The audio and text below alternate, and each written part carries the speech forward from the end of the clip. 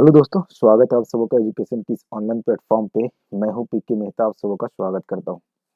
दोस्तों, कल जो हमने वीडियो डाला था वो था जीके का और 25 क्वेश्चन थे उसमें, और हर क्वेश्चन को ऑप्शन से हमने डिस्कशन कराया था और बहुत ही अच्छा क्वेश्चन उसमें रहा और अच्छा डिस्कशन भी रहा उस क्वेश्चन में।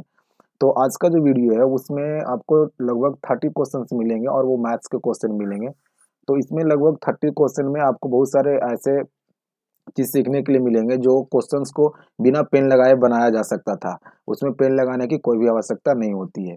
तो अगर आप रेलवे एनटीपीसी सीबीटी 2 की अगर आप तैयारी कर रहे हो या फिर ग्रुप डी की तैयारी कर रहे हो या फिर सब इंस्पेक्टर एसआई मेंस की अगर तैयारी करो, क्योंकि उसमें भी 20 लगभग 20 क्वेश्चन पूछता ही है जो मैथ और रीजनिंग से होते हैं, तो आप भी वो ये वीडियो को देख सकते हैं।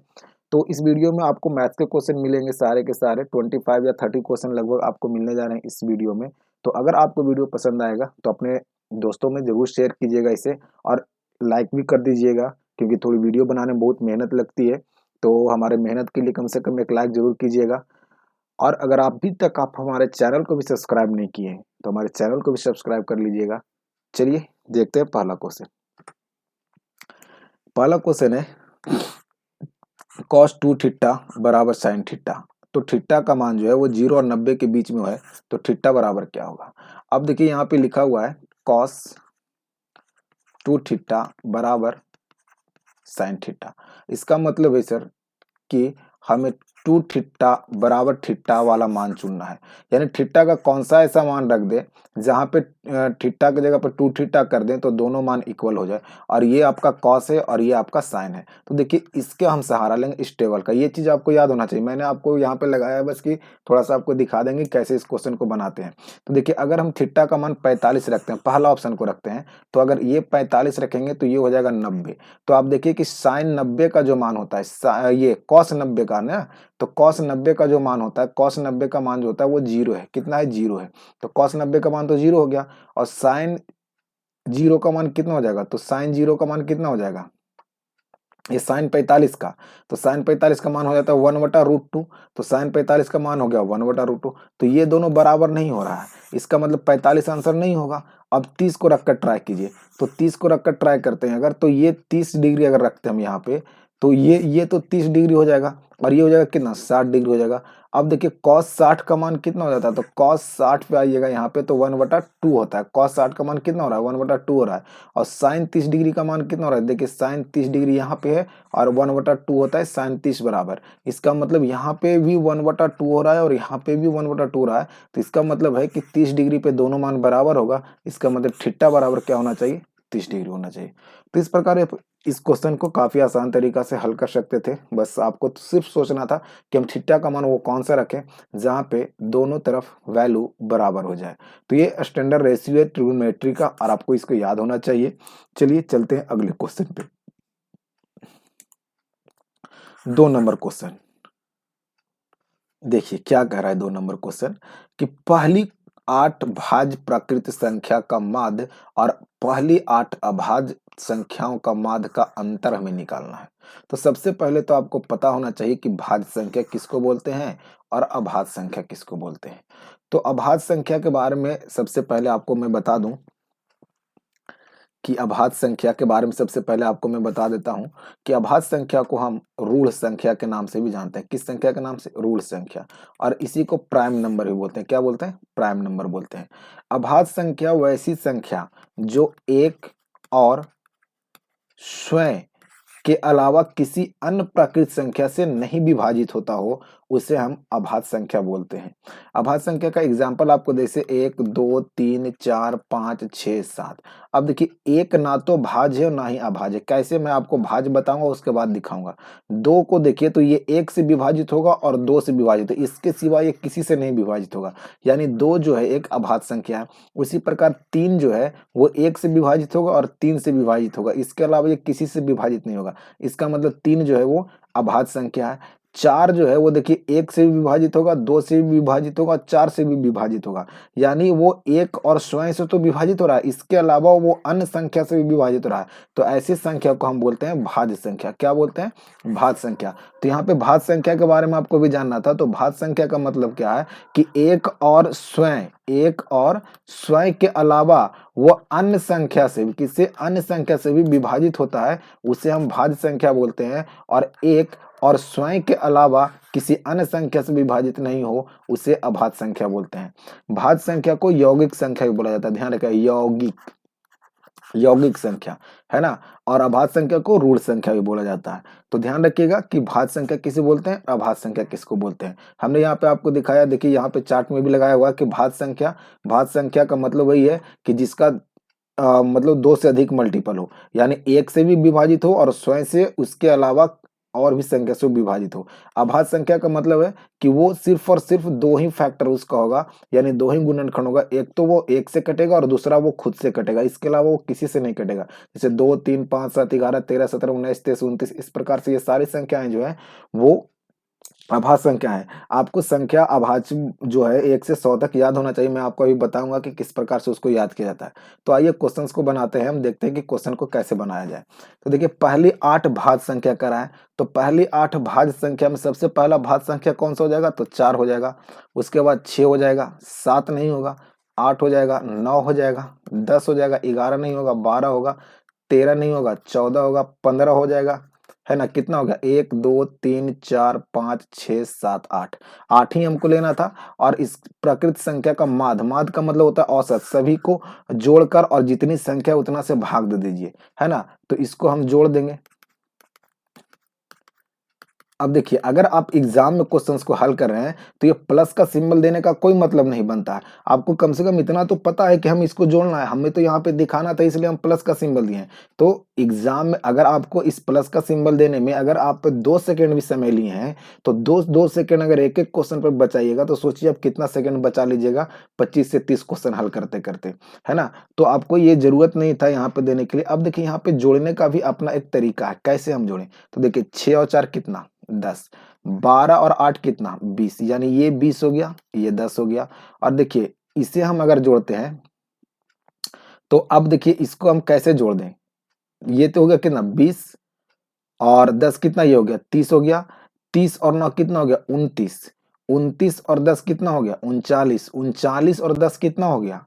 39 और 10 49। 49 और 10 59। कितना हो गया? 59। और 5 और 4 और छोड़े थे, यानी 9 और जोड़ना है। तो 9 9 18 का अड़त में एक 5 और एक 6। कहीं पे गलत जोड़ रहे हैं, 1 मिनट, कहीं पे मिस्टेक हुआ है जोड़ने में, फिर से हम इसे जोड़ लेते हैं। देखिए 6 और 4 10, ये हो गया, है ना। 12 और 8 कितना हो जाएगा? 20। 8 लिखे ना, 1 2 3 4 5 6 7 8, सही है। तो 20 और 10 30, तो ये हो गया। उसके बाद ये 9 और ये 12 बच गया, और 14 और 15 बच गए। तो देखिए 10 10 20, 20 और 10 30 और जोड़ दिए। चलिए अब कितना बच गया? 5 और 4 9, और 9 ये बच गया, 18 और बच गया। तो इसको जोड़िए, 8 और 3 3 6 और 1 7, यानी 78 हो जाएगा। तो 78/8 इसका क्या हो गया? माध्य निकल के आया। अब आगे क्वेश्चन में कह रहा था, आगे क्या कह रहा है कि पहली 8 अभाज्य संख्या। तो अभाज्य संख्या पहली 8 कौन सा हो जाएगा? 2 3 5 7 11 13 17 और 19। और हो जाएगा क्या? 1 2 3 4 5 6 7 8, यही हो जाएगा। और इसको 8 से भाग कर दीजिए। अब इसको जोड़िए तो देखिए 3 2 5, और 5 और 5 कितना? 10। यानी ये दोनों मिलकर कितना देगा? 10। 13 और 7 अगर जोड़िएगा तो कितना हो जाएगा? 20।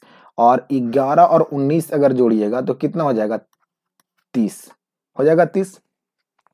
अब इसको जोड़िए, देखिए 30 20 50, 50 और 10 60, 60 और 10 70 और 7 77, यानी ये हो गया 77 बटा कितना? 8। तो अब ये दोनों का अंतर पूछ रहा था, तो 78/8 माइनस 77/8, तो बराबर हो जाएगा 1/8, और ये आपका आंसर हो जाएगा। तो ये क्वेश्चन को बनाने के लिए आपको थोड़ा सा कैलकुलेशन था, आपको जोड़ना पड़ता, ठीक है। तो इतना तो करना ही पड़ेगा, क्योंकि जोड़ कर इसका कोई ट्रिक नहीं है, आपको इतना तो जोड़ना ही पड़ेगा। अब देखिए अभाज्य संख्या से और क्या क्या क्वेश्चन आते हैं वो मैं आपको बताता हूँ। ये तो अभाज्य संख्या और सहभाज्य संख्या के बारे में हमने अभी आपको बताने के लिए बोला है कि सहभाज्य और अभाज्य संख्या क्या होती है, मैं आपको बताता हूँ। देखिए अभाज्य संख्या, अभाज्य संख्या इसी को बोलते हैं ऋण संख्या और इसी को बोलते हैं प्राइम नंबर, ठीक है। तो अभाज्य संख्या के बारे में हमने आपको डिफिनेशन बता दी। अब यहाँ से क्वेश्चन क्या क्या आता है वो मैं आपको बता रहा हूँ। याद रखना है कि 1 से 100 तक, कहाँ तक, 1 से 100 तक कितने अभाज्य संख्या है, तो 25। उसके बाद याद रखना है कि 1 से 50 तक कितने अभाज्य संख्या है, तो 15। उसके बाद याद रखना है 50 से 100 तक कितने अभाज्य संख्या है, तो 10। 1 से 200 तक कितने अभाज्य संख्या है, तो 46। ये आपको याद रखना है, रट जाइए इसको क्योंकि क्वेश्चन पूछता है।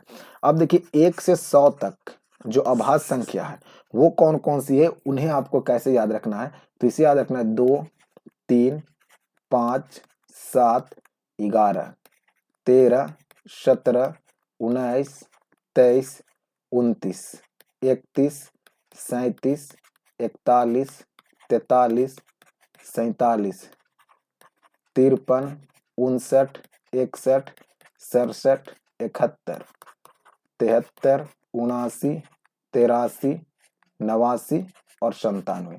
यही वो संख्या है जो 100 तक है, जो अभाज्य संख्या है। यानी 1 से 100 तक अभाज्य संख्याओं की संख्या जो 25 है, तो देखिए 1, 2, 3, 4, 5, इधर में भी 1, 2, 3, 4, 5, तो टोटल कितना हो गया, 25 हो गया। याद कैसे रखना है, रट जाइए, 2, 3, 5, 7, 11, 13, 17, 19, 23, 29, 31, 37, 41, 43, 47, 53, 59, 61, 67, 71, 73, 79, 83, 89, 97। अब यहाँ से क्वेश्चन देखिए क्या क्या आता है, सीधा कह देगा कि 60 से 90 तक या 95 तक कितनी अभाज्य संख्या है, या पूछ देगा कि 40 से 80 के बीच में कितनी अभाज्य संख्या है, या आपसे पूछ देगा 35 से 75 के बीच अभाज्य संख्याओं का योग क्या होगा, तो आप कैसे निकालेगा, या फिर अभाज्य संख्या का सीरीज दे देगा तो फिर आप कैसे फाइंड कीजिएगा। तो ये सारे क्वेश्चन आपको पूछे जाते हैं वहां पे, ठीक है।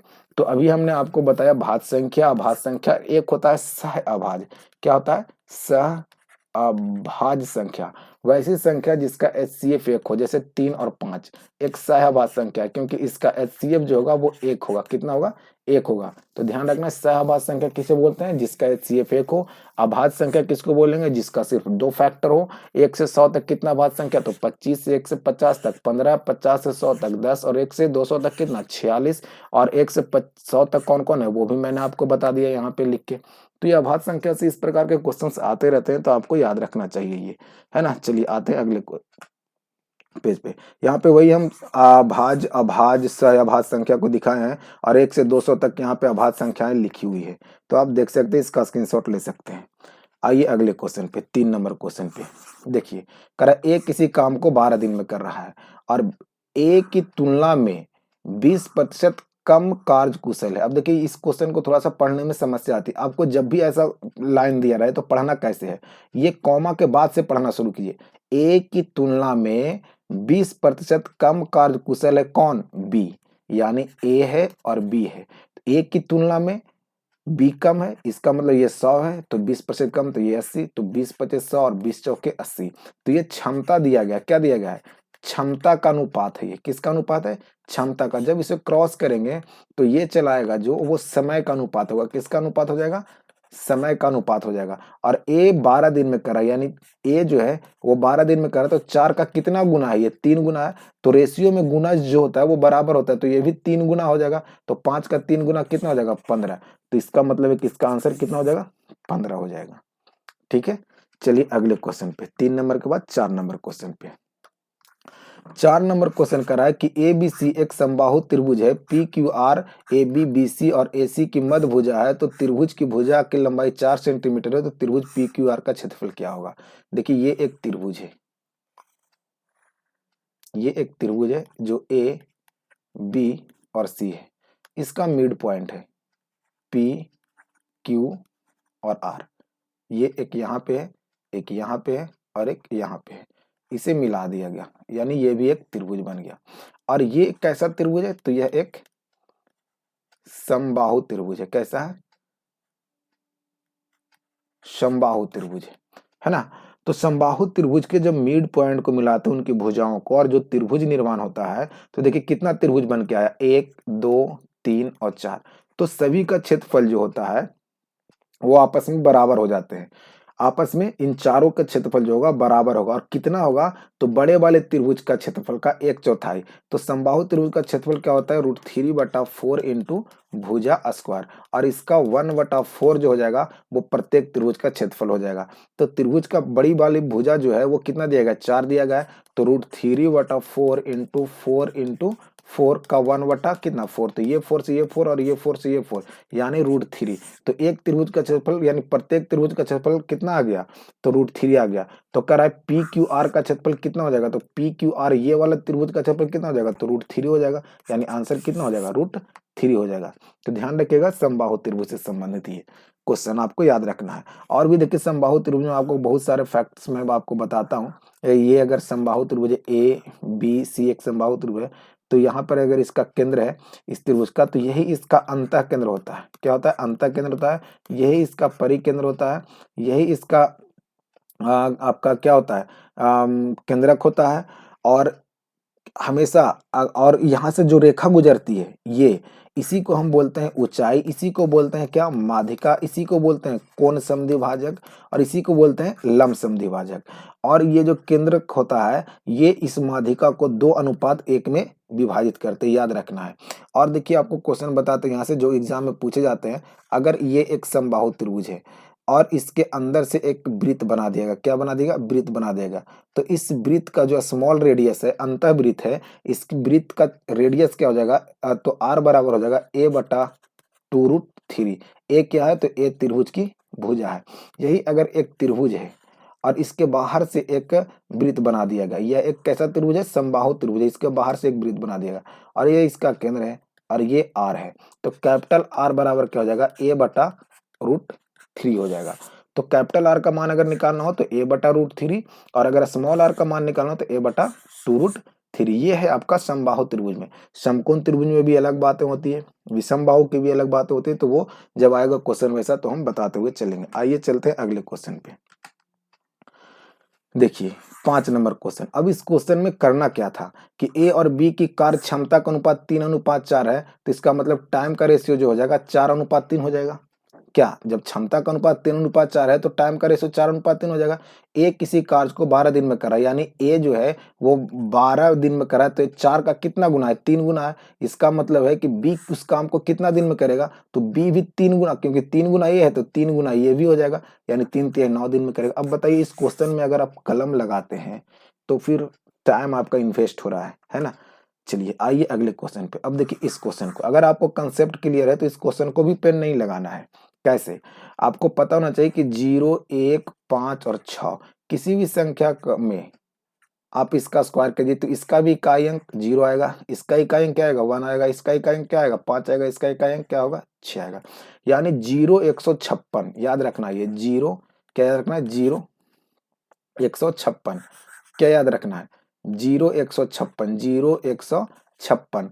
अगर किसी भी संख्या का इकाई अंक में 0 हो, 1 हो, 5 हो, 6 हो और उस संख्या का अगर स्क्वायर किया गया है तो उसका इकाई अंक भी 0 1 5 और 6 ही आएगा। अब देखिए कि 6 के पावर में कुछ भी रख दिया जाए, n के जगह पे कुछ भी रख दे तो इसका इकाई अंक क्या आएगा, 6 आएगा। और 5 के पावर में भी कुछ भी रख दिया जाए तो इसका भी इकाई अंक क्या आएगा, 5 ही आएगा। तो कह रहा है कि जब n पावर में रखा जाए तो परिणाम का अंतिम अंक क्या होगा, तो परिणाम का अंतिम अंक क्या होगा, 6 में से 5 घट जाएगा तो कितना हो जाएगा, 1 हो जाएगा। तो अगर आपका कंसेप्ट क्लियर होगा तो ऐसे क्वेश्चन को आप बनाने के लिए थोड़ा भी टाइम नहीं लीजिएगा और आराम से बना ले जाइएगा। तो बस याद ये रखना है कि 0 156 किसी भी संख्या का इकाई अंक 0 हो, 1 हो, 5 हो, 6 हो तो उसके स्क्वायर करने पर उसके भी इकाई अंक जो होते हैं वो 0 1 5 और 6 ही आएंगे। उसी प्रकार से 23 78 इसे याद रखिए, किसी भी संख्या का इकाई अंक अगर 2 हो, 3 हो, 7 हो या 8 हो, क्या हमने बोला कि किसी भी संख्या का इकाई अंक 2 हो, 3 हो, 7 हो या 8 हो तो उस संख्या का पूर्ण वर्ग नहीं निकाला जा सकता है। कभी आपको क्वेश्चन में दे दे कि निम्नलिखित में से किस संख्या के पूर्ण वर्ग निकाला जा सकता है या नहीं निकाला जा सकता है, तो जिस संख्या का इकाई अंक 2 3 7 8 हो उसको पहले ही छाट दीजिए कि इसका पूर्ण वर्ग निकलेगा ही नहीं, है ना। तो ये भी याद रखना है, 2378 और 0156, ये याद रखना है आपको। आइए क्वेश्चन नंबर 7 पे। अब देखिए क्वेश्चन नंबर 7 को कैसे बनाते हैं। अब इसको देखिए अलग लिखना नहीं है। अब देखिए ये 2 है प्लस है, ये हम हल करेंगे अगर 2.2 को, तो नीचे में क्या लिख देंगे 10 लिख देंगे, यही तो लिख सकते हैं। अच्छा ये भागा है, इसे हम क्या लिख सकते हैं, इसके भी नीचे में 10 लिख देंगे, और क्या लिखेंगे। अब ये हो जाएगा 2 दूना को 4, क्या हो जाएगा 2 दूना को 4। तो अब देखिए इसे अगर हम भाग को अगर हम इससे गुना में बदलेंगे, तो ये 10 ऊपर चला जाएगा, ये 10 ऊपर चला जाएगा और ये 4 कहाँ चलाएगा, नीचे चलाएगा। तो देखिए ये 10 से ये 10 क्या हो जाएगा, कट जाएगा। या फिर आप इसे भाग में नहीं भी बदलिएगा तो कोई फर्क नहीं पड़ता है ना। तो कोई फर्क नहीं पड़ता।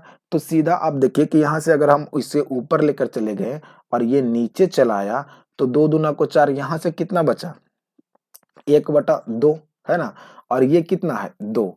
तो अब देखिए यहाँ से हम पूरे कैलकुलेशन के साथ हम क्या निकाले, तो 2 प्लस 1/2 और -2, यही निकल के आया। अब ये प्लस ये माइनस में, ये प्लस में, तो ये भी कट गया। तो P का जो मान निकल के आया वो 1/2 निकल के आया।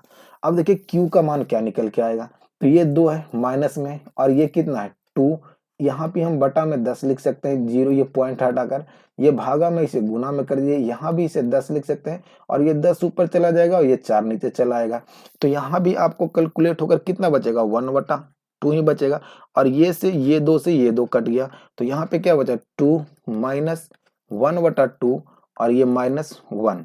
अब देखिए ये प्लस में 2 है, ये माइनस में 1 है, तो ये बचेगा कितना -1/2 बचेगा। और इसे हल कीजिएगा तो इतना बराबर कितना बचेगा 1/2, यानी Q का भी जो मान आया वो 1/2 के बराबर आया। तो P बटा Q आपको निकालना था, तो P का भी मान आया 1/2 और Q का भी मान आया 1/2, यानी कट गया तो 1/1 यानी 1 आंसर हो जाएगा। ये आपका आंसर हो गया। तो ऐसे आप क्वेश्चंस को इजी वे में हल कर सकते हैं, जबकि आपको देखने में लगा था पॉइंट वाइंट है, क्या करना पड़ेगा क्वेश्चन में। तो क्वेश्चन पे इतना प्रैक्टिस कीजिए आप कि क्वेश्चन का देखते ही साथ फिगर बन जाए दिमाग में कि ये क्वेश्चन के साथ हमें ऐसा करना है। अगर वीडियो पसंद आ रहा है तो वीडियो को लाइक जरूर कीजिएगा। आइए अगले क्वेश्चन पे, 8 नंबर। अब देखिए करा कि निम्न तालिका में फरवरी 2018 में 4 सप्ताह के लिए वायु गुणवत्ता सूचकांक AQI PM 2.5 दर्शाती है। फरवरी के महीने में कोलकाता और दिल्ली में AQI का औसत में कितना अंतर है। अब देखिए पहले तो दोनों का फरवरी महीना का बोल रहा है, ये कलकत्ता है और ये दिल्ली है। तो फरवरी में पहला सप्ताह ये देखो, दूसरा ये, तीसरा ये, चौथे का है। तो हर सप्ताह का दिया गया है, तो दोनों का जो पूरा औसत है उसमें अंतर क्या होगा, अब हमें वो निकालना है। तो सबसे पहले तो आपको औसत निकालना होगा। औसत निकालने के लिए इन सभी टर्म को जोड़ना होगा, और इन सभी टर्म को जोड़ने के बाद आपको कितना से भाग देना होगा, तो 4 से भाग देना होगा। अब देखिए हम अगर कलकत्ता वालों को जोड़ते हैं, तो अब देखिए यहाँ पे भी जोड़ना एक अपना टेक्निक है, कैसे हम जोड़ेंगे वो देखिए। हम एक राउंड फिगर में जोड़ेंगे, ये 300, ये 200, ये 200 और इसे 100 मान के चले। तो 3 2 5 और 2 7 और एक कितना 800, ये हो गया 800। अब देखिए अगर इस 6 को इस 74 को दे दिया जाए तो ये भी 80 बन जाएगा, और अगर यहाँ से 8 निकाल कर इस 72 को 8 दे दिया जाए तो ये भी 80 बन जाएगा। यानी मेरे पास एक 80 ये हो गया, एक 80 ये हो गया और एक 80 ये हो गया। तो टोटल कितना हो गया 8 तरीके 24 यानी 240। तो जोड़कर आ गया कितना 1024। अब 1024 को हम भाग 1040 को हम भाग कर देंगे कितना से 4 से। अब देखिए दिल्ली वाले को भी जोड़कर निकालिए, तो देखिए 2 4 6 2 800, 800 ये भी हो गया। अब देखिए हम एक राउंड फिगर में जोड़ते हैं, ये तीनों को 50 मान के चलते हैं तो 150 होता, लेकिन यहाँ पे हमने 2 ज्यादा जोड़ा, यहाँ पे 4 ज्यादा जोड़ दिए, यहाँ पे 4 ज्यादा जोड़ दिए हैं। तो कितना ज्यादा जोड़ दिए हैं, तो देखिए आप यहाँ पे कि 4 और 4 8 तो 10 ज्यादा जोड़ दिए हैं। तो 150 में से 10 ज्यादा हम जोड़े तो 10 घटा दिए, तो यानी 140 बच गया। और 36 और जोड़ना था इसमें, तो कितना हो जाएगा 40 30 70 यानी 76। तो आपका हो गया कितना 176, यानी ये हो जाएगा 976/4। अब इसका हमें चाहिए अंतर, तो 1040/4 माइनस 976 कितना 4, इसका हल कीजिए तो ये आ गया कितना 4 नीचे में। अब इसको अगर हम घटा देते हैं तो 10 में से 6 चला गया कितना 4 और 13, तो बच गया कितना 3 इधर और 3 उधर, कितना 6 64। तो अब कितना कटेगा तो बचेगा 16 चौके 64, यानी उसका औसत जो है वो अंतर कितना आएगा 16 के बराबर आएगा। तो ये अपना एक टेक्निक है कि आप इसको कितने इजी वे में जोड़ सकते हैं। लेकिन आप जब ऐसे जोड़िएगा 8 6 14 4 ऐसे करके तो फिर दिक्कत होगा, उतना में परेशानी होता है। लेकिन आप थोड़ा-सा अगर आपको ये दिमाग कैसे काम करेगा कि ऐसे हम कैसे जोड़ें, तो इसके लिए आपको मोर देन प्रैक्टिस पे जाना होगा। जितना ज़्यादा आप प्रैक्टिस कीजिएगा, आपकी दिमाग उतना ज़्यादा काम करेगी। कम प्रैक्टिस कीजिएगा, कम काम करेगा। तो अगर वीडियो पसंद आ रहा है तो लाइक और शेयर दोस्तों में ज़रूर करें। देखिए उन 9 नंबर क्वेश्चन को, इसे क्या करें? तो इसको बस कुछ नहीं करना है, दोनों तरफ स्क्वायर कर दीजिए।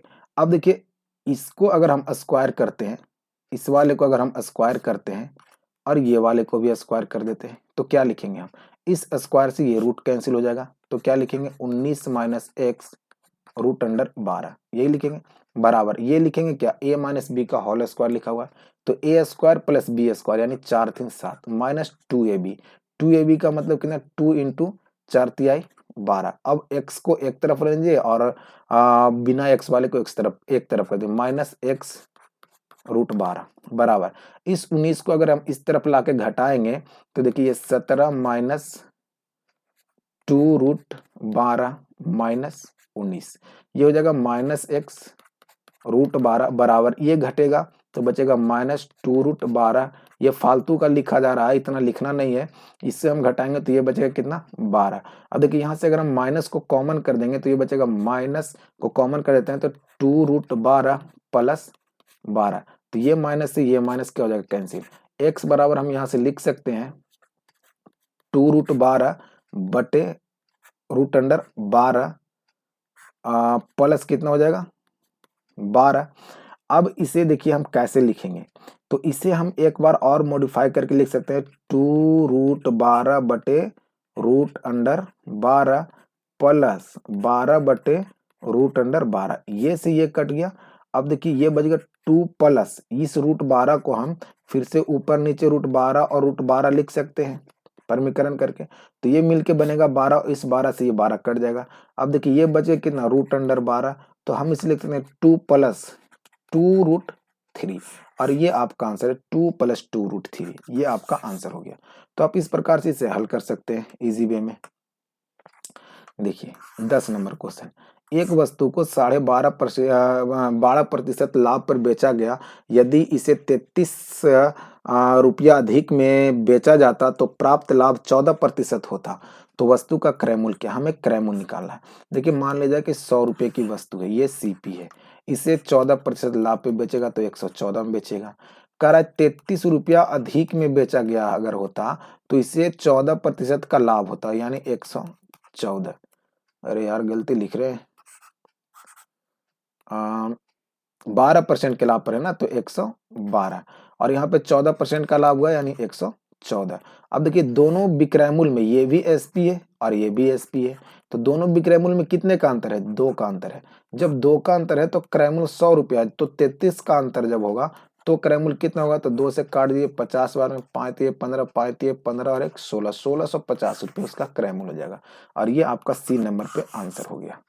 आइए अगले क्वेश्चन पे, क्वेश्चन नंबर 11, वह छोटी से छोटी संख्या ज्ञात कीजिए जिसे 4 अंकों की सबसे छोटी संख्या में से घटाने पर संख्या पूर्ण वर्ग हो जाए। तो 4 अंकों की सबसे छोटी संख्या ये हो गई, इसमें से कौन सी संख्या एक घटा दिया जाए जो एक पूर्ण वर्ग हो जाए, यानी उसका वर्गमूल निकल जाए पूरा पूरा। तो अब देखिए आपको यहाँ पे ध्यान होना चाहिए कि कम से कम 1 से 50 तक तो आपका स्क्वायर याद होना चाहिए।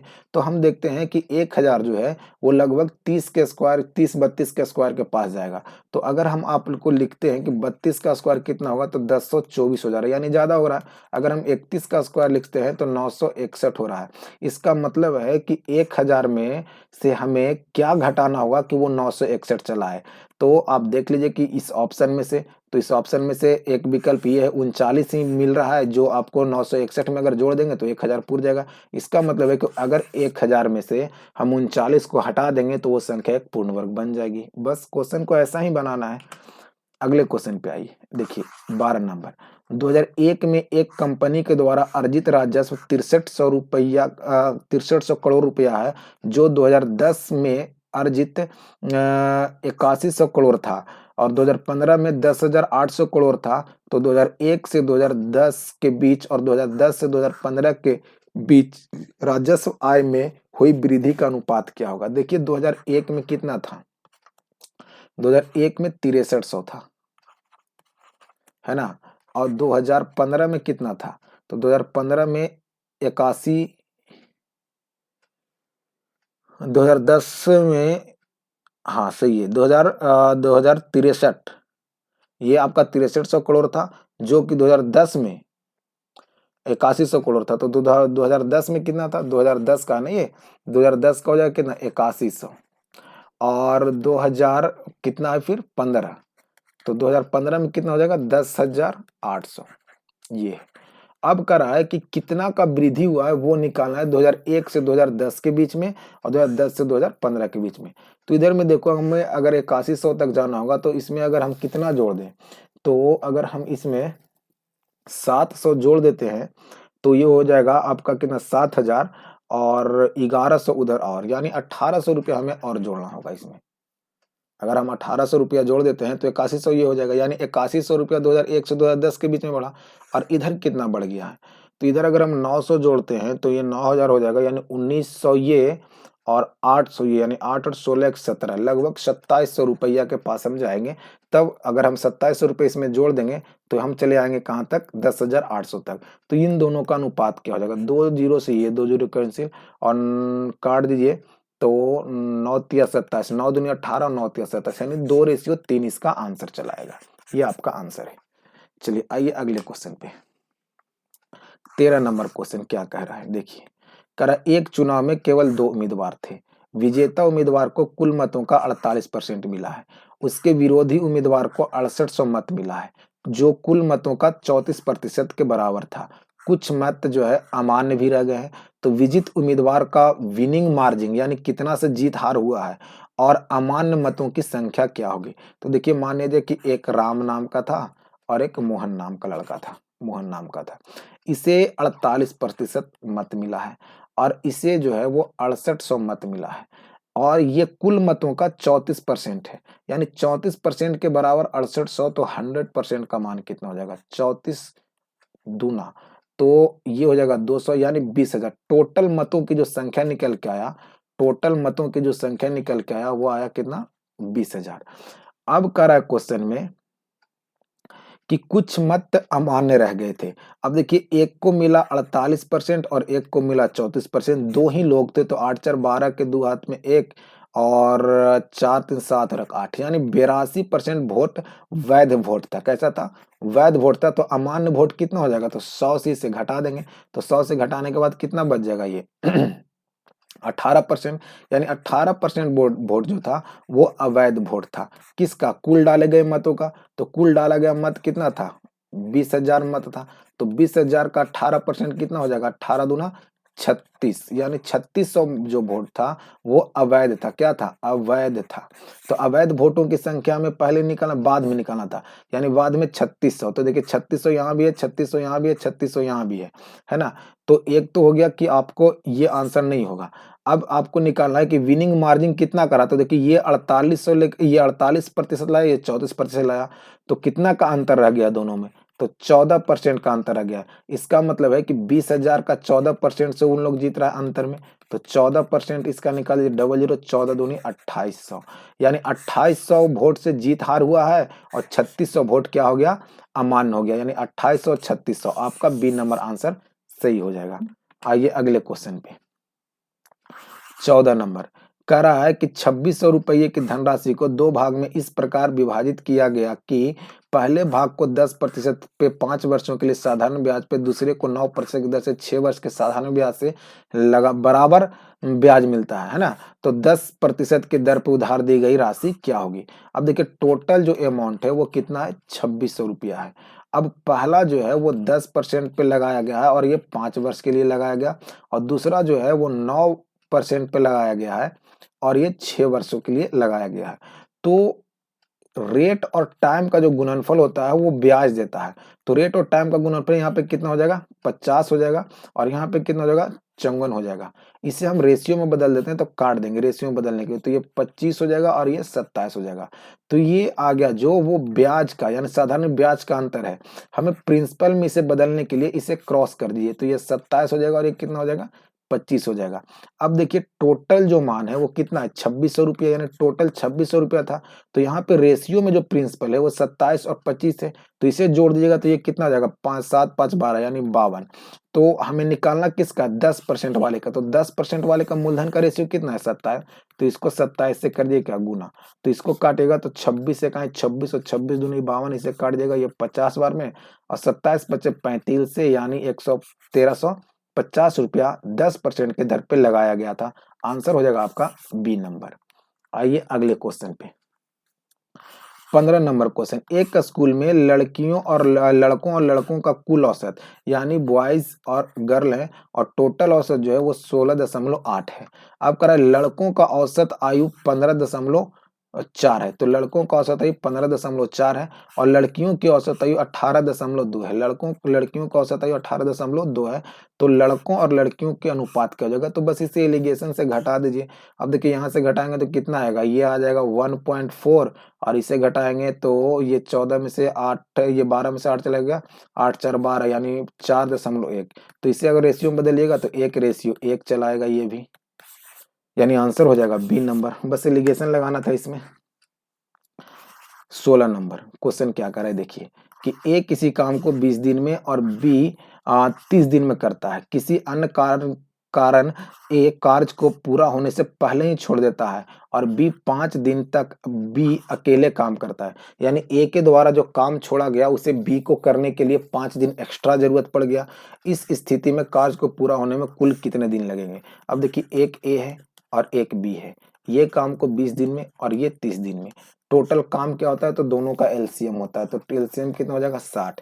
ए की क्षमता कितना हो जाएगा, तो समय से भाग कर दीजिए पूरे काम में, तो 20 से भाग करेंगे तो 20 तिहाई 60, इसका क्षमता 3, इसका क्षमता 2 हो गया।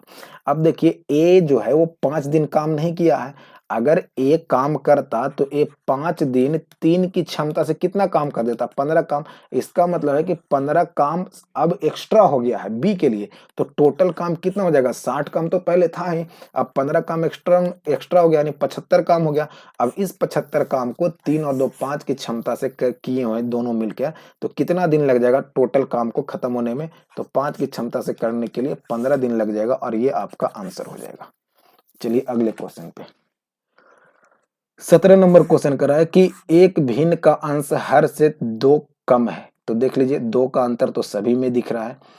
यदि अंश को 2 गुना किया जाए, तो अंश को 2 गुना कर देंगे तो ये 10 हो जाएगा, ये 6 हो जाएगा, ये 14 हो जाएगा, और ये 2 हो जाएगा। और हर को 3 गुना कर दिए तो ये 21 हो जाएगा, ये 15 हो जाएगा, ये 27 हो जाएगा, और ये 3 तिहाई 9 हो जाएगा। तो कह रहा है कि कौन सा भिन्न 2/9 पर, तो 2/9 तो यही एक प्राप्त हो रहा है, ये आंसर हो गया आपका, खत्म। आइए क्वेश्चन नंबर 18 पे, दिए गए करा P square plus Q square minus R square बराबर 0 हो, तो पी पावर 6 प्लस क्यू के पावर 6 माइनस आर के पावर 6 भागा P square Q square R square का मान ज्ञात करें। अब देखिए यहाँ से हम क्या करेंगे, तो ये हो गया P square plus Q square minus R square बराबर क्या हो गया, 0। हम इसे लिख सकते हैं P square plus Q square बराबर आर स्क्वायर। इसे स्क्वायर कर दिए दोनों तरफ, P square plus Q square बराबर आर स्क्वायर। अब देखिए हमें 6 के पावर में लाना है, तो क्यों ना हम दोनों तरफ क्यू कर दें। अगर पावर हम दोनों तरफ 3 कर दें तो हमें 6 के रूप में मिल जाएगा। तो ये हो गया ए और प्लस बी का होल क्यूब, तो क्या लिखेंगे, एक क्यूब, यानी पी के power 6 plus b cube q के power 6 plus 3 a b into a plus b का मतलब कितना, p square plus Q square बराबर आर के पावर 6। अब देखिए इसे हम क्या लिखेंगे, यहाँ पे p square plus Q square, तो P square plus Q square बराबर आर स्क्वायर है, तो हम यहाँ पे आर स्क्वायर लिख सकते हैं। अब देखिए यहाँ पे लिखेंगे पी के पावर 6 प्लस क्यू के power 6 plus 3 P square Q square R square बराबर आर के पावर कितना हो जाएगा, 6। अब देखिए यहाँ से हम इधर लेके चले आएंगे, पी के पावर 6 प्लस क्यू के पावर 6 माइनस आर के पावर 6 बराबर minus 3 P square Q square और आर स्क्वायर। अब हम इसे यहाँ से क्या लिख सकते हैं, p के पावर 6 प्लस q के पावर 6 माइनस r के पावर 6। ये वाले टर्म को हम इस तरफ लेकर आ रहे हैं, ये वाले टर्म को, तो ये गुना में था तो इस तरफ भागा में हो जाएगा, तो P square into Q square into R square बराबर हो जाएगा -3। अब देखिए हमें यही तो पूछ रहा है क्वेश्चन, पी के पावर 6 प्लस क्यू के पावर 6 माइनस आर के पावर 6 भागा पी स्क्वायर क्यू स्क्वायर और आर स्क्वायर का मान क्या हो जाएगा, तो इसका मान हो जाएगा -3 और ये आपका आंसर चला आया। आइए अगले क्वेश्चन पे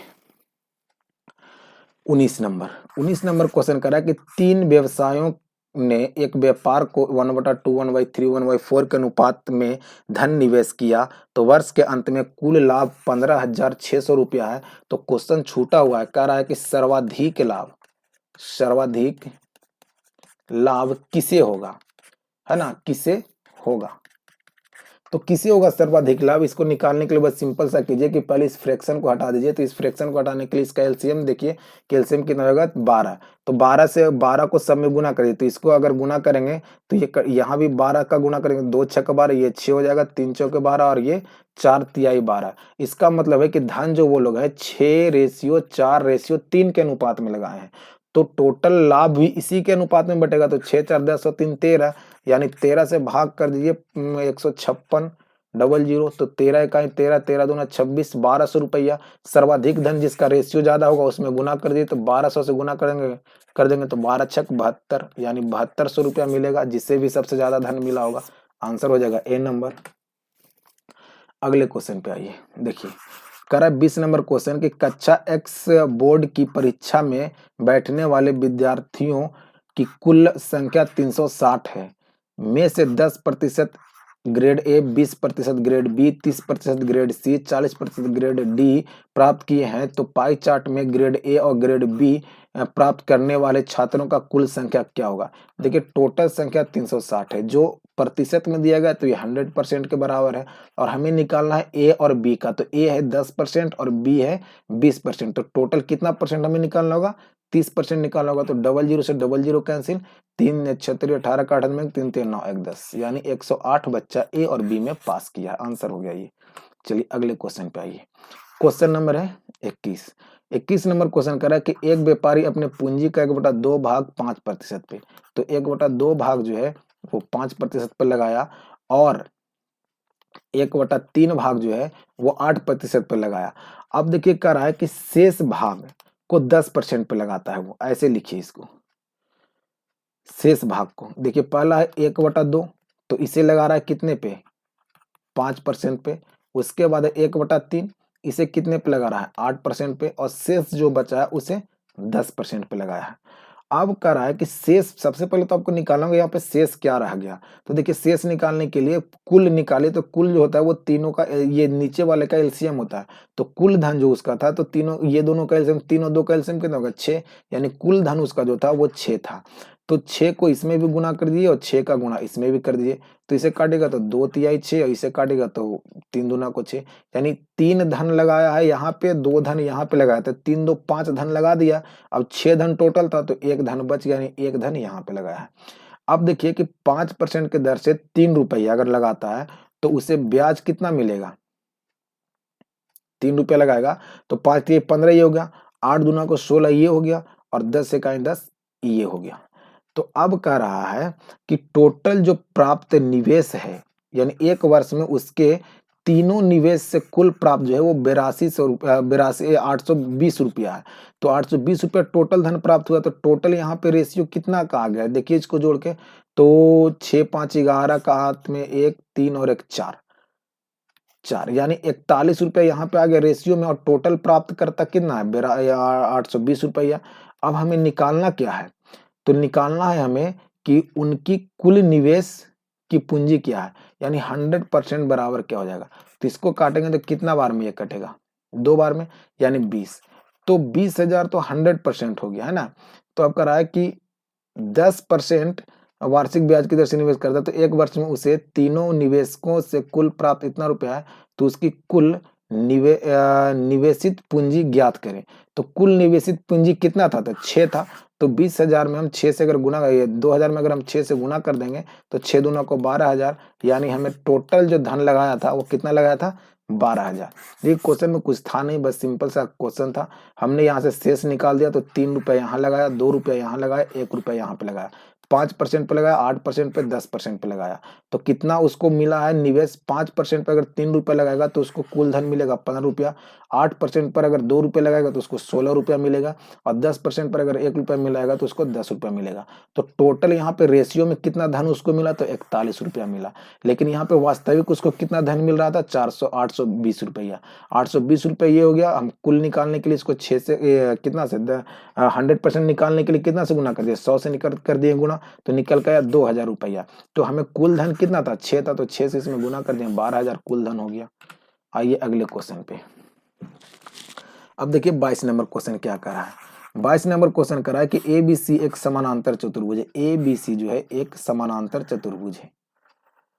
ये A हो गया, ये B हो गया, और ये C हो गया, और ये D हो गया। अब कह रहा है कि भुजा BC को E तक इस प्रकार बढ़ाया गया। भुजा BC को कहां तक बढ़ाया जा रहा है? E तक। मान लीजिए कि इसे हम E तक बढ़ा दिए, यहां तक बढ़ा दिए, E तक बढ़ाया गया। अब कह रहा है BC पैरेलल है CE के, यानी ये भुजा जो है ये इसके पैरेलल है ना। तो आपको पता होना चाहिए कि समानांतर चतुर्भुज आमने सामने भुजा भी क्या होती है? बराबर होती है। यानी ये भुजा अगर इसके बराबर है तो ये वाली भुजा भी इसके बराबर हो जाएगी, यानी ये भी बराबर है। अब कह रहा है कि AECD को बिंदु P पर प्रतिच्छेद करती है। देखिए एक भुजा जो है वो यहां से यहां तक ये मिला है, और ये इसे P पर प्रतिच्छेद कर रही है। कहां पे? P पे प्रतिच्छेद कर रही है। तो ABE का क्षेत्रफल किसके बराबर होगा? अब देखिए यहाँ पे क्वेश्चन में कह रहा है कि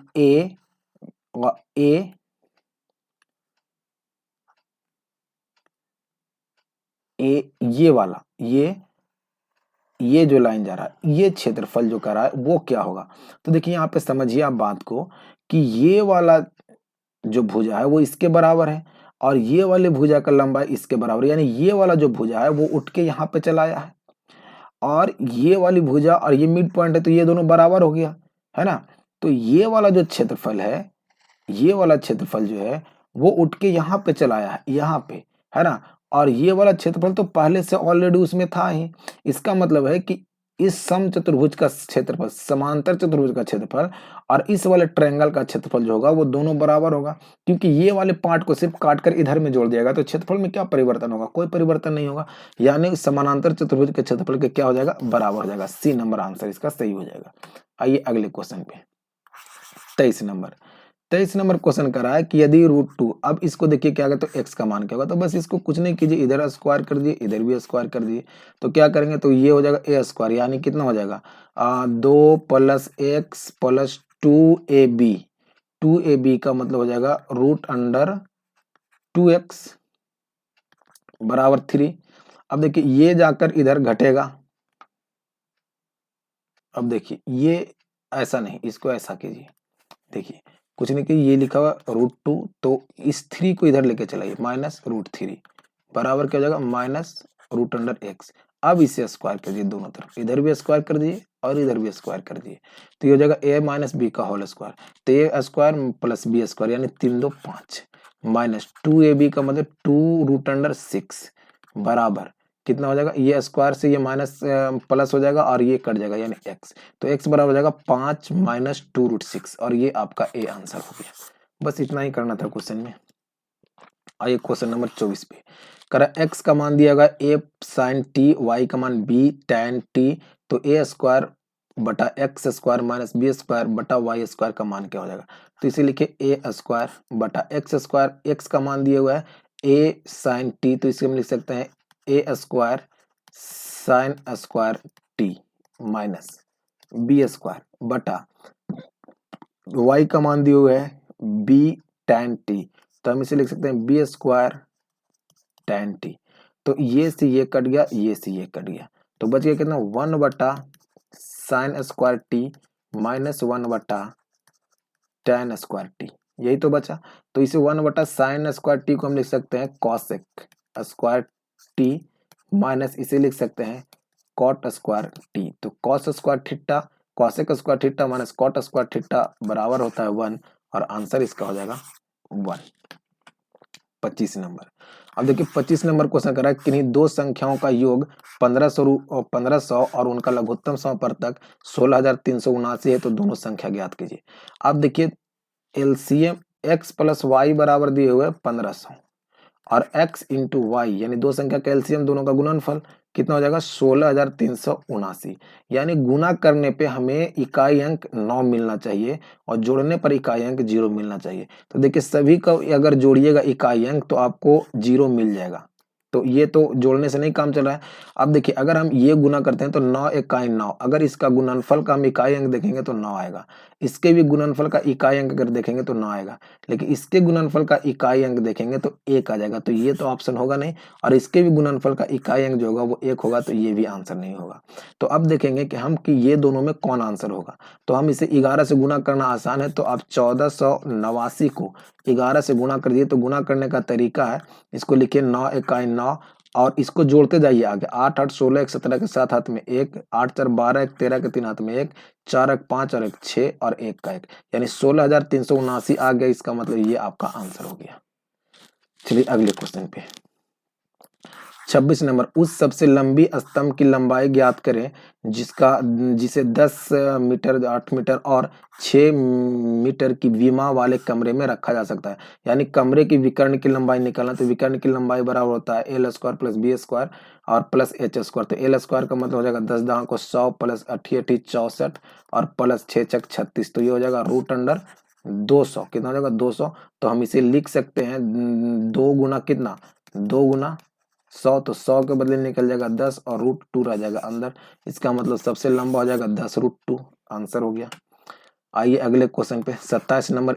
यदि x समीकरण x square minus 2x plus 1 बराबर 0 संतुष्ट हो तो एक्स क्यू माइनस 1 बटा एक्स क्यू का मान क्या होगा। तो x का मान 1 रखिए, तो यहाँ 1 रखेंगे तो 1 स्क्वायर हो जाएगा, है ना। और 2x के जगह पे रखेंगे 1 तो ये 2 हो जाएगा -1, और ये प्लस और ये माइनस तो ये 2 और ये -2 तो ये हो गया 0। यानी इसका मतलब x बराबर हमें 1 रखना होगा। तो यहाँ 1 रखेंगे और -1 ये 1 तो ये 1 दे देगा, है ना। तो 1 - 1 बराबर कितना 0, यानी आंसर कितना हो जाएगा 0।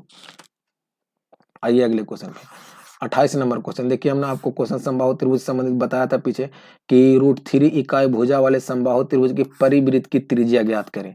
तो ये आपका समबाहु त्रिभुज, इसके बाहर से एक त्रिभुज लगा हुआ है ना। और √3 इकाई भुजा वाला, ये भुजा जो दिया गया है √3 दिया गया है, और ये इसका अंतर रेडियस है यानी r हो जाएगा। तो r बराबर क्या होता है a बटा √3, है ना, कैपिटल R है। तो रूट ए का मान कितना दिया है √3 दिया है, और नीचे में भी √3 है, तो ये कट जाएगा यानी 1 हो जाएगा। तो अंतर त्रिज्या यानी परित्रिज्या परित्रिज्या का मान क्या हो जाएगा 1 इकाई के बराबर हो जाएगा। आपको पीछे थ्योरी बता दी है। ये आपका 29 नंबर क्वेश्चन कर रहा है कि एक संख्या में 40% वृद्धि की जाती है, उसके बाद 40% कमी कर दी जाती है। तो 40 प्लस और 40 माइनस हो गया खत्म ये। अब प्लस माइनस माइनस, देखिए ये लिखना नहीं 40 प्लस फिर माइनस 40 कर दिया, तो माइनस प्लस माइनस और 4 चौके 1600 ये हो गया बटा 00। तो ये कैंसिल हो गया, और ये 2 जीरो से 2 जीरो कर, यानी -16% की क्या हो जाएगा कमी हो जाएगा। तो आंसर हो जाएगा डी नंबर। आइए अगले क्वेश्चन पे। ये कह रहा है कि वह छोटी से छोटी संख्या ज्ञात, वह छोटी से छोटी पूर्ण वर्ग संख्या ज्ञात करें जो 12, 15 और 18 से पूर्णतः विभाजित हो। तो देखिए सभी संख्या पूर्ण वर्ग है, लेकिन हमें किससे भी हमें 12, 15, 18 से विभाजित होना चाहिए। तो देखिए ये है 4 गुना 3 और ये है 5 गुना 3, है ना। तो सबसे पहले आप देखिए 5 से कटने वाली संख्या है, तो 5 से सभी कट रहा है, तो यहाँ से आंसर क्लियर नहीं हो रहा। अब देखिए 3 से कौन कट रहा है, तो 3 से ये कट रहा है, लेकिन 3 से ये भी नहीं कट रहा है, 3 से ये भी नहीं कट रहा है, 3 से ये भी नहीं कट रहा है। तो आंसर आपका कौन सा हो जाएगा ए नंबर हो जाएगा। यही यानी 5 और 3 से कट रहा है तब तो वो 15 से कटेगा, अगर दोनों में किसी एक से नहीं कटता तो वो आंसर नहीं होता फिर। तो आंसर हो जाएगा ए नंबर। तो ये थे आज के हमारे 30 क्वेश्चन। कैसा लगा आपको डिस्कशन, जरूर वीडियो के कमेंट्स बॉक्स में कमेंट्स कीजिएगा कि कैसा लग रहा है आपको डिस्कशन। और अगला वीडियो जो होगा वो जीके का होगा, और एनटीपीसी सीबीटी 2 हो, ग्रुप डी हो, या फिर आपको बिहार दुर्गा मेंस का एग्जाम देना हो, किसी भी एग्जाम की तैयारी आप कर रहे हो, हमारे वीडियो को जरूर देखें और अपने दोस्तों में भी शेयर करें और वीडियो को लाइक जरूर करें। मिलते हैं अगले वीडियो में। जय हिंद, वंदे मातरम, भारत माता की जय।